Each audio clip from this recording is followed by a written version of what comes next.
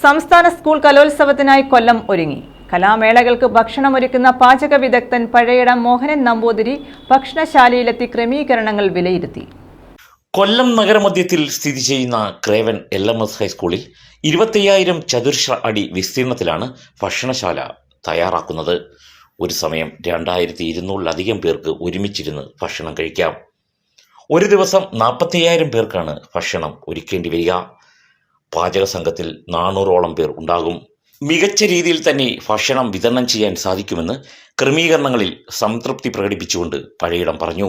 ഇപ്പോൾ food committee convener വളരെ വിശദമായിട്ട് ഭക്ഷണം ഉണ്ടാക്കുന്നതിനെക്കുറിച്ചും ഭക്ഷണം വിതരണം ചെയ്യുന്നതിനെക്കുറിച്ചും നിങ്ങൾക്ക് കൃത്യമായിട്ടുള്ള വിവരങ്ങൾ നൽകി കഴിഞ്ഞു. അപ്പോൾ അതനുസരിച്ചിട്ട് ഏറ്റവും നല്ല രീതിയിൽ ഭക്ഷണം വിതരണം ചെയ്യാൻ കഴിയുമെന്ന് തന്നെയാണ് എൻ്റെയും വിശ്വാസം. ഏതാണ്ട് ഒരു ദിവസം ഒരു നേരം 15,000-ഓളം 20,000-നും ഇടയ്ക്ക് ആൾക്കാർ ഒരു നേരം കഴിക്കാനുണ്ടാവും. എന്തായാലും ഒരു ദിവസം 40,000 പേർക്ക് രാവിലെ മുതൽ വൈകുന്നേരം വരെ മിനിമം ഭക്ഷണം കൊടുത്തേ പറ്റുള്ളൂ. അപ്പോൾ അതിനുള്ളൊരു സംവിധാനവും സജ്ജീകരണങ്ങളും എല്ലാം ഏതാണ്ടൊക്കെ ഏറെക്കുറെ പൂർത്തിയായി വരുന്നുണ്ട്. അതനുസരിച്ച് ഞങ്ങളും നമ്മുടെ പ്രവർത്തന മണ്ഡലത്തിലേക്ക് കടക്കുകയാണ്. പാചക സംഘത്തിൽ 100ഓളം ആൾക്കാരുണ്ടാകും, 90 മുതൽ 100 വരെ. ഇപ്പോൾ ഓരോ ദിവസത്തെ വിഭവങ്ങളനുസരിച്ചിട്ട് പാചകക്കാരുടെ എണ്ണത്തിൽ ഫ്ലക്ച്വേഷൻ വരാം. 5 ദിവസവും വ്യത്യസ്ത ഇനം പായസമാണ് നൽകുന്നത്.